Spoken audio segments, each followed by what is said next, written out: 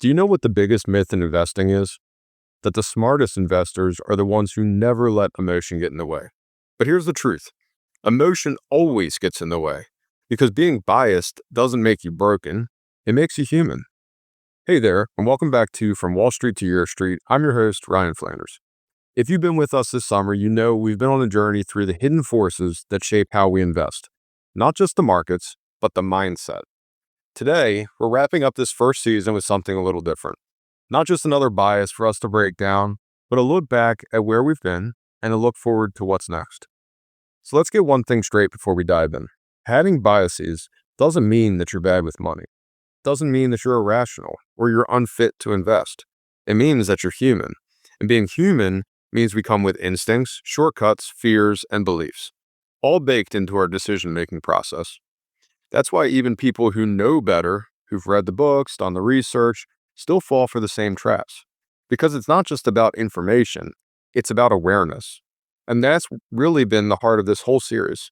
Not pointing fingers or diagnosing flaws, but helping you recognize the very human tendencies that show up in the decisions that we make with money.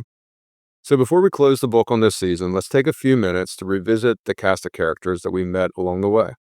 The behavioral traps that quietly nudge us off course, and what we can do to push back. We kick things off with a bang, or should I say, a loss. Loss aversion is that gut punch you feel when your portfolio drops, and then the tendency to feel that pain twice as hard as a gain. So we play it safe, or worse, we sell too soon. The fix? Start with a plan that respects your risks before the roller coaster begins. That's where an advisor can be your seatbelt. Next up, we talked about recency bias. The one that makes us think the last thing that happened is the only thing that matters. Markets drop, and suddenly we believe that they'll never recover. Markets rally, and we forget that they ever fell in the first place. It's like judging the entire movie based on the last 30 seconds. That's why it helps to zoom out and to have someone who can help you widen your lens. Then came overconfidence. Oof. That's the bias that whispers, you've got this, even when, well, you don't. It's the voice that says you can outsmart the market, climb the top, pick the winners, no help needed. But as we talked about, investing isn't about being the smartest person in the room. It's about being the most disciplined. And sometimes the smartest move is just getting a second opinion. Herd mentality, yes, the stampede. Herd mentality shows up when the crowd gets loud. When a buddy tells you about a can't miss stock, and suddenly everyone's buying in. We've all felt that pull. If everyone else is doing it, shouldn't I? But good investing often looks boring. And sometimes the best decision is the one no one else is talking about. That's why having your own strategy, not just someone else's hype, matters. Anchoring was a tricky one. It's where we latch onto a number, like what we paid for a stock or what our house used to be worth, and we just can't let go of it. Even if the market has moved on, we stay tethered to the past. This is where working with someone objective really pays off, because it's hard to spot an anchor when you're the one that's actually dragging it. And most recently, we explored confirmation bias. That's the echo chamber effect, where we seek out the info that agrees with us and we tune out everything else. It's comforting, sure, but it's not clarity. The most powerful thing you can do as an investor is ask, what am I missing? And that's where having a thinking partner, and not just a yes man, makes all the difference. These aren't just interesting quirks, they're patterns. Patterns that quietly shape your behavior and ultimately your results. And the truth is, you can't avoid all of them. But with the right system, support, and coaching, you can recognize them and then respond better. And that's why I do what I do. Because financial advice isn't just about charts and forecasts. It's about being the calm voice when you're tempted to chase, panic, or freeze. Now, before we go, let me give you a little sneak peek at what's coming next. This fall, we're kicking off a new podcast season called Campfire Conversations.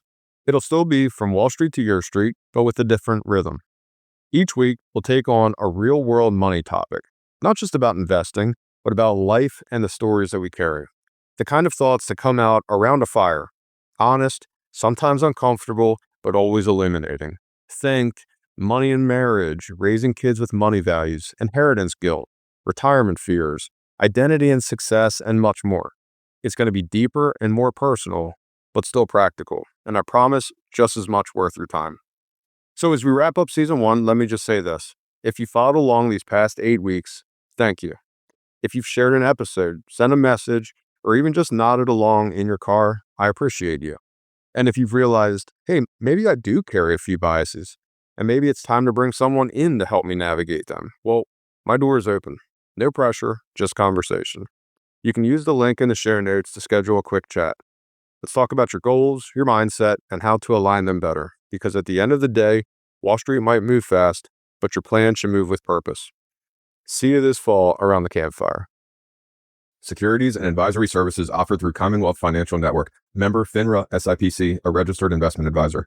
Fixed insurance products and services are separate from and not offered through Commonwealth. The Flanders Group is located at 221 Maitland Street, Bel Air, Maryland 21014. Phone number 410-569-4506.